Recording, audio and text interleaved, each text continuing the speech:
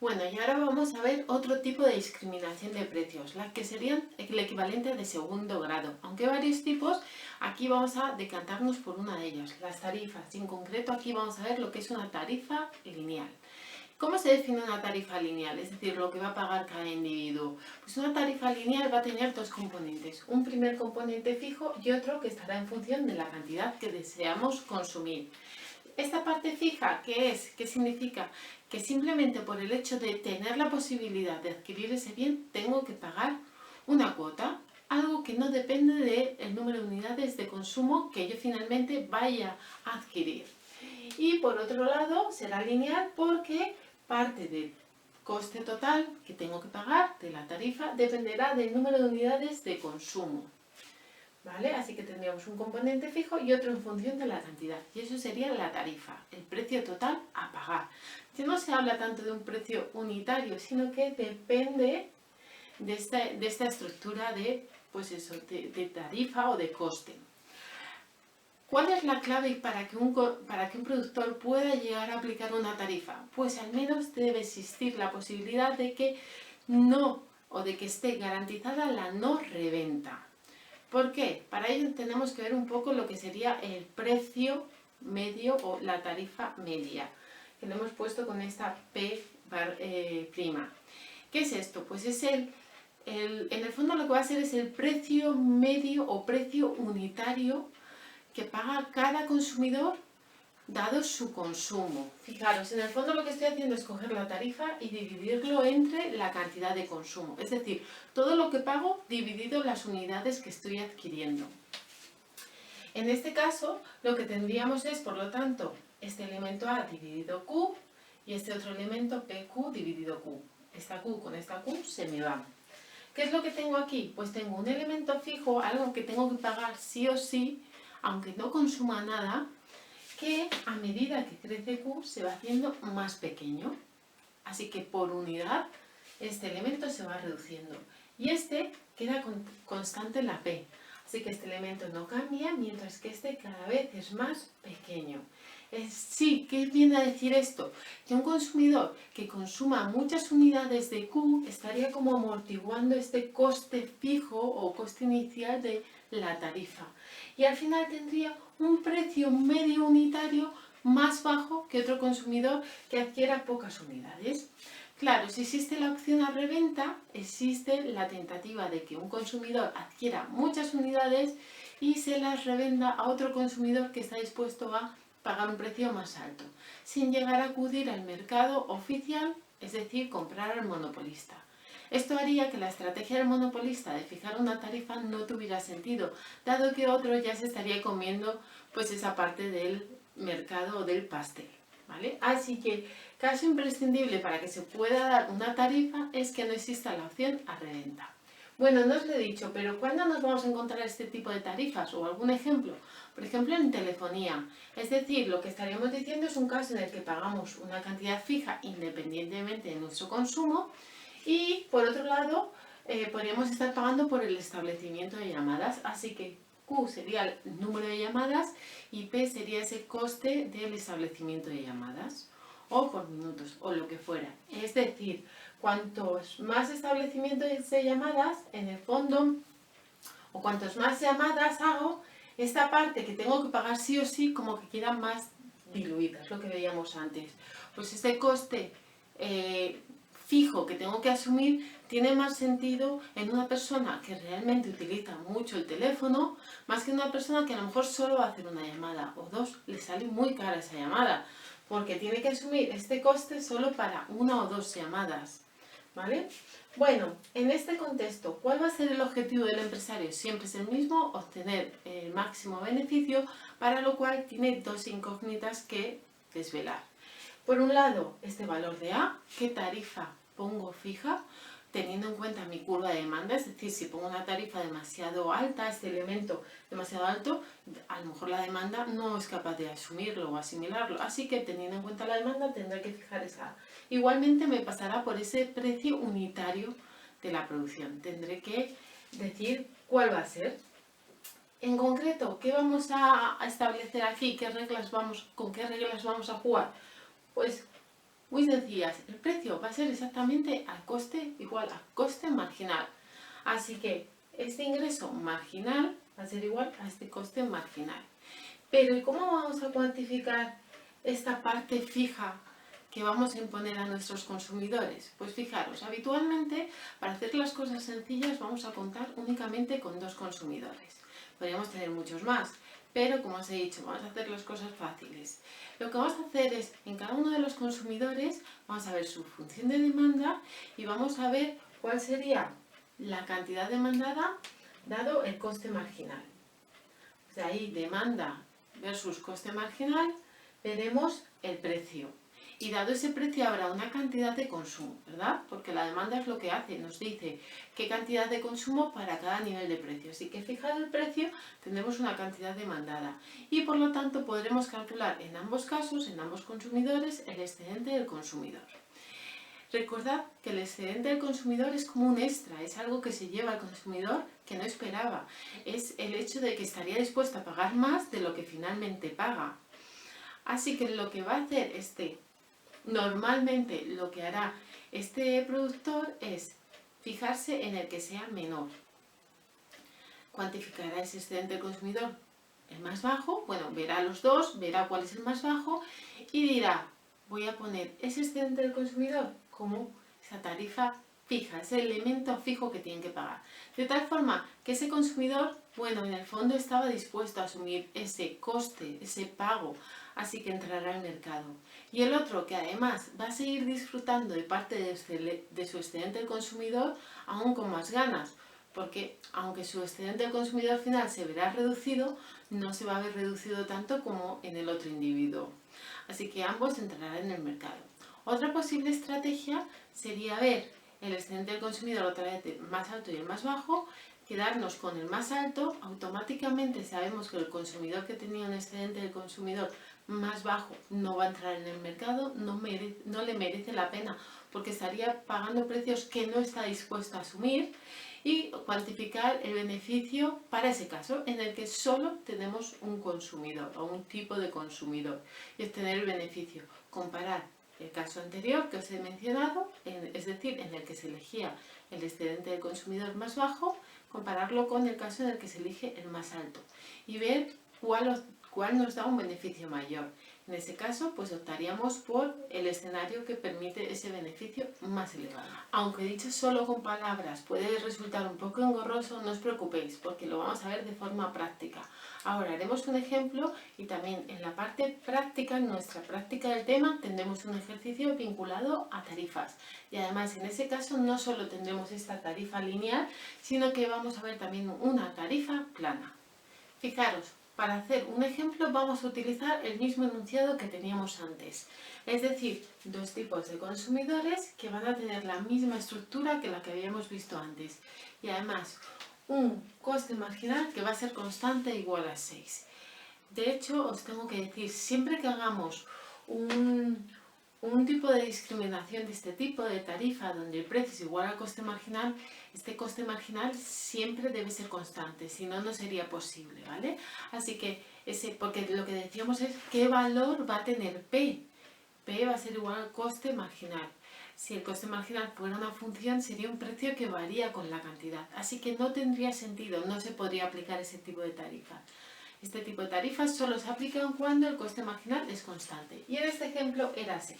Como os decía, lo que vamos a hacer es obtener, dada la función de demanda, la cantidad que está dispuesta a consumir cada individuo, teniendo en cuenta esa demanda y teniendo en cuenta que, y ya vamos resolviendo, P, que era una parte de la tarifa, va a ser igual al coste marginal, es decir, a 6. Lo que nos quedaría para tener la tarifa completa sería el elemento A, porque donde poníamos un P, ahora pondremos un 6 y luego la cantidad, dado que la tarifa está en función de la cantidad. Bueno, esa es la función que me dan, la ponemos también la inversa y obtenemos los extremos para poderla dibujar. Cuando el precio es 0, la cantidad es 24, pongamos que 24 está por aquí. Cuando la cantidad es 0, el precio es 24. la dibujamos más o menos recta, ¿vale? No me ha salido muy bien. Ahora en este caso hacemos lo mismo. Cuando el precio es 0, la cantidad es 24.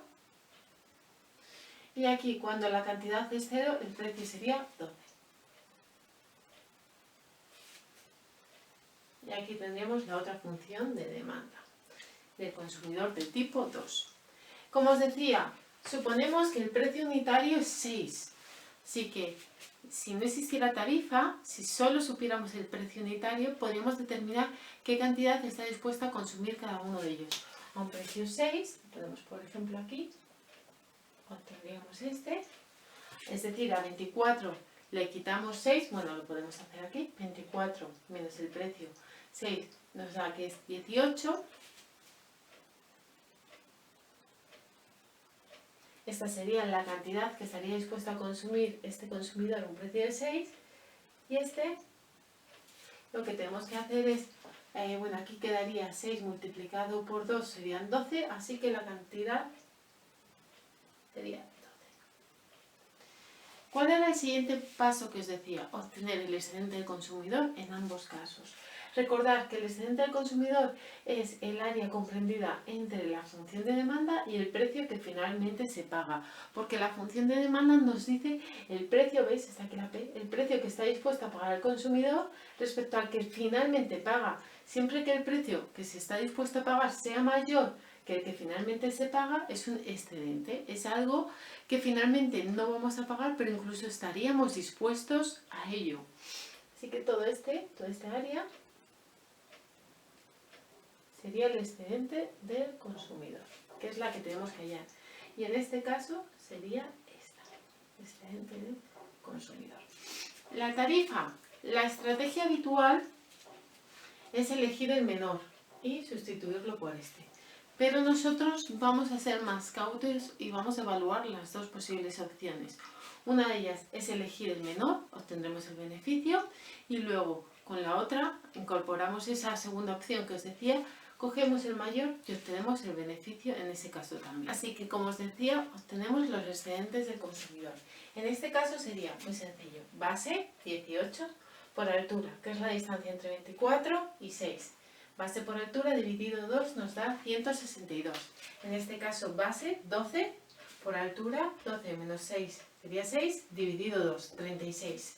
Y vamos a testar las dos posibles estrategias, es decir, quedarnos con el excedente del consumidor más pequeño, que sería este, 36 es inferior a 162, o quedarnos con el más grande, sabiendo que si nos quedamos con este consumidor no va a entrar en el mercado, porque es que le estaríamos poniendo un precio por encima de lo que estaría dispuesto a pagar. El primer caso, ¿cómo quedaría la tarifa? 36 sería esa parte fija, que se corresponde, como dijimos, con el excedente del consumidor más bajo, más 6, que es el precio unitario, que era el coste marginal, por Q. En concreto, el beneficio, bueno, pues sabemos que a una tarifa donde ese nivel fijo que se establece es el excedente del consumidor menor, este consumidor estaría dispuesto a entrar en el mercado. Sí que es verdad que ya no tiene un excedente del consumidor, es decir, eso que estaría dispuesto a pagar extra respecto del precio final no se cumple, justo coincide lo que está dispuesto a pagar con lo que finalmente paga, porque aunque el precio unitario sea 6, este fragmento que sería el excedente del consumidor lo tiene que pagar como ese elemento fijo que le toca pagar. Este por supuesto entraría en el mercado, porque si hiciéramos la diferencia del excedente del consumidor que tenemos aquí menos este, sería un valor positivo. No sería 0, sino que incluso sería un valor mayor que 0. Así que este seguro que entra. ¿Eso qué va a suponer? Que al menos 2 individuos pagan esta parte fija, por eso está multiplicada por 2, uno por cada individuo, más 6. ¿Cuánto se consume? Pues este, como el precio unitario es 6, consume 18 y este 12, así que 18 más 12. Coste. Bueno, si recordáis la estructura de coste, esta es la marginal, pero la total sería la marginal 6 por la cantidad. Así que es menos 6 por la cantidad total producida, que son 18 más 12, y esto nos da un beneficio de 72. Ahora vamos a obtener el beneficio cuando este productor decide cobrar la tarifa como máxima, ¿no? Este excedente del consumidor. Y lo tenemos aquí puesto. Sería 162 más 6Q. Esa sería la tarifa. ¿Beneficio en este caso? Claro. En este caso, el monopolista está exigiendo el excedente del consumidor más elevado, 162. Lógicamente, ese individuo no va a entrar en el mercado porque estaría pagando más de lo que estaría dispuesto a pagar. Por eso no está multiplicado por 2, sino que solo aparece una vez.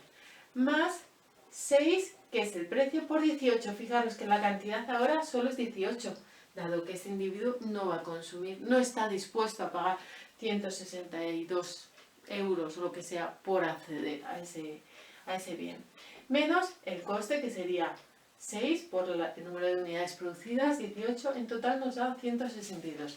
Así que en este caso, donde 162 es superior a 72, este monopolista preferiría poner una tarifa más elevada, es decir, coger el excedente del consumidor mayor. Y por último, para hablar de discriminación de precios, vamos a recordar lo que era un monopolio natural, porque vamos a ver que en ocasiones las autoridades pueden estar de acuerdo con que exista esa discriminación de precios. Bueno, recordaros que un monopolio natural era un caso en el que lo más natural es que solo hubiese una empresa que estuviera actuando en el mercado. Pese a que ello no significa que sea algo bueno de por sí, ¿no? Siempre que hay un monopolio puede haber poder del monopolista y poner un precio por encima de lo deseado. ¿En qué casos veíamos este tipo de monopolios naturales? Bueno, si recordáis, eran aquellos casos donde empezar a producir, solo empezar a producir llevaba un coste fijo muy elevado.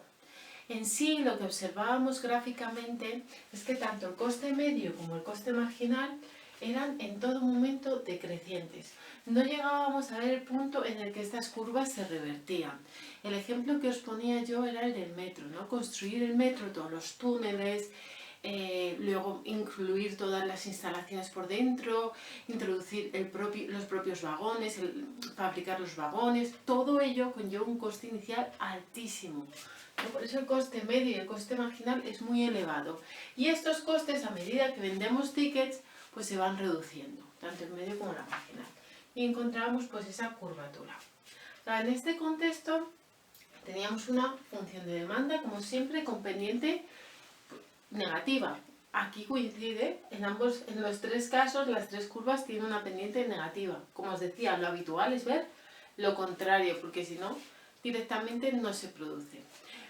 ¿Por qué tenía que ser un monopolio y no podía ser competencia perfecta? Bueno, la lógica ya nos da pistas, ¿no? Poner dos líneas de metro, una al lado de la otra, con lo costoso que es y encima competir con otra empresa, no llegaríamos a observar beneficios hasta pasado mucho tiempo o incluso nunca, ¿no? Si encima hay que repartirse los consumidores.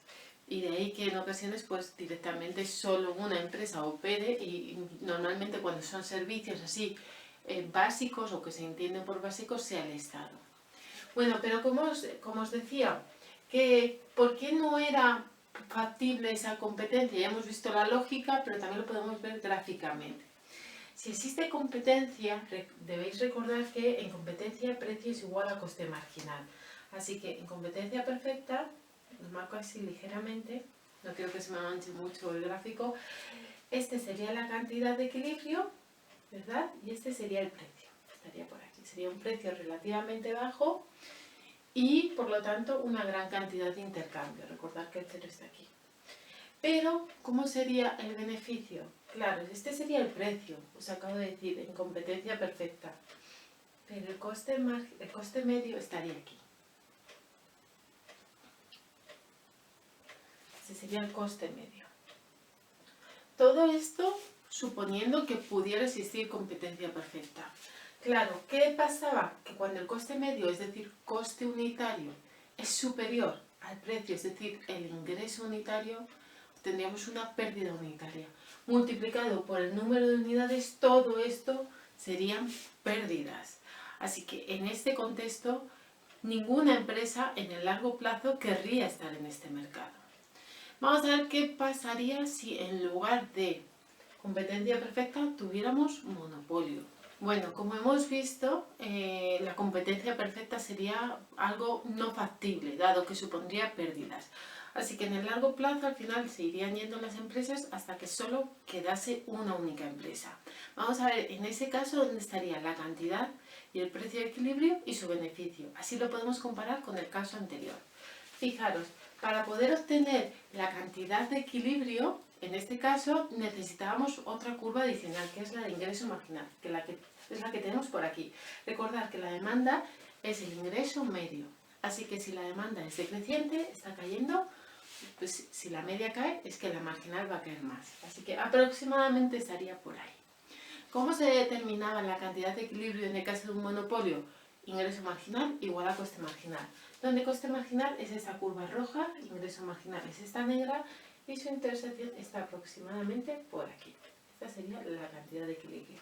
Si la comparáis con el otro caso, veréis que es menor. En cuanto al precio, claro, teníamos el hecho de que el monopolista no iba a poner un precio igual al coste marginal, sino que el precio iba a estar por encima. En concreto lo que hace es preguntarle a la demanda cuánto está dispuesto a pagar. La curva de demanda es la línea azul, así que tendríamos que subir hasta esta línea azul. Fijaros, el precio es muy elevado. Así que al final se intercambian menos unidades, es como que tenemos pocos consumidores en Renfe si realmente estuviese guiado por una empresa privada, en nuestro caso está guiado por una empresa pública que asume estos costes, ¿vale? Está más interesada en regular el mercado, bueno, directamente es ella la que provee el servicio y lo que hace es evitar tener beneficios, porque aquí lo que vamos a observar es que los beneficios son muy elevados. Pero bueno, paso a paso. Esta sería la cantidad y este sería el precio, mucho más elevado que en el otro caso. ¿Dónde estaría el beneficio? Pues para saber el beneficio siempre hay que comparar el precio con el coste medio. Dada que esta es la producción, el coste medio es la línea verde, estaría aquí el coste medio. Ese es el beneficio, así que esta distancia es el beneficio unitario. Lo multiplicamos por el número de unidades y todo este rectángulo serían los beneficios. Claro, el gobierno cuando directamente dirige quedarse con un servicio, en este caso proveer el servicio de metro, pues no tendría ese beneficio y siempre podría poner un precio mucho más bajo. Pero bueno, este no es el caso que queremos analizar ahora. Ahora lo que queremos ver es cómo puede existir o coexistir este tipo de estructura de costes, la típica monopolio natural, donde los costes tanto marginales como decrecientes son marginales como medios son decrecientes, junto con esa discriminación de precios. ¿Hasta qué punto es posible? Y eso va a suponer que una empresa privada pueda realmente satisfacer por un lado el deseo de las autoridades, es decir, que esté bien a un precio relativamente bajo, pero que a la vez se pueda dar un caso de beneficios que no supongan únicamente pérdidas. Como os decía, vamos a buscar esa solución que a través, ahora sí, de la discriminación de precios nos va a permitir que una empresa privada pueda operar en este mercado, es decir, fabricar este bien en el que por un lado va a satisfacer el deseo de las autoridades de que algunos consumidores disfruten de un precio relativamente bajo, pero que a la vez existan beneficios que hagan que esas pérdidas que obtendría la empresa pues queden más que además cubiertas con un poco de beneficio extra y entonces sería rentable operar. ¿Cómo va a ser posible esto? Pues como os decía, con dos precios. Por un lado vamos a tener el precio que realmente desean las autoridades, que es cuando la demanda y el coste marginal coinciden, porque en competencia perfecta, que es el caso idóneo, precio es igual a coste marginal. Es decir, la función de coste marginal es equivalente a la función de oferta. Y en este caso solo es una empresa, así que ya está. Así que por un lado tendremos este precio. Fijaros, un precio muy bajo. El problema de este precio que, como el precio está por debajo del coste medio, supone pérdida. Pero a la vez le vamos a permitir a la empresa que ponga otro precio más elevado. Dos precios. Un precio más bajo un precio más elevado. No hace falta que se rija por la ley de ingreso marginal igual a coste marginal, que me da una cantidad y de ahí cojo el precio como hemos hecho antes. Puede ser cualquier precio.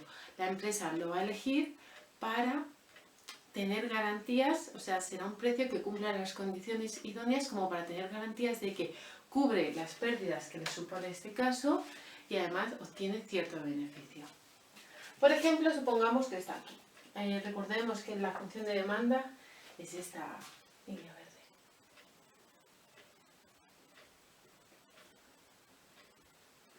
Bueno, en este caso, ¿cuánto va a consumir este individuo? Pues bueno, si esta es la demanda,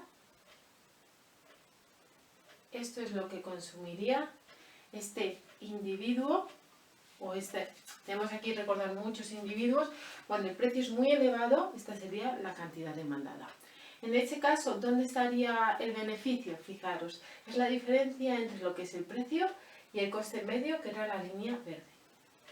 Así que si la empresa puede poner este precio de forma libre, para algunos individuos podría, es decir, ahí estamos solo teniendo en cuenta los individuos que están dispuestos a pagar ese precio. Fijaros que a la derecha quedan muchos individuos que no estarían dispuestos a pagar ese precio.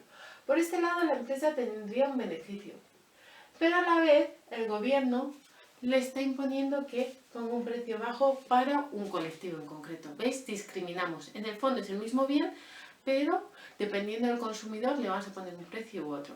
Supongamos que estas familias que están aquí, que solo demandan cuando el precio es muy bajo, son familias de rentas bajas o incluso que tienen más de uno o a partir de uno de sus miembros en paro.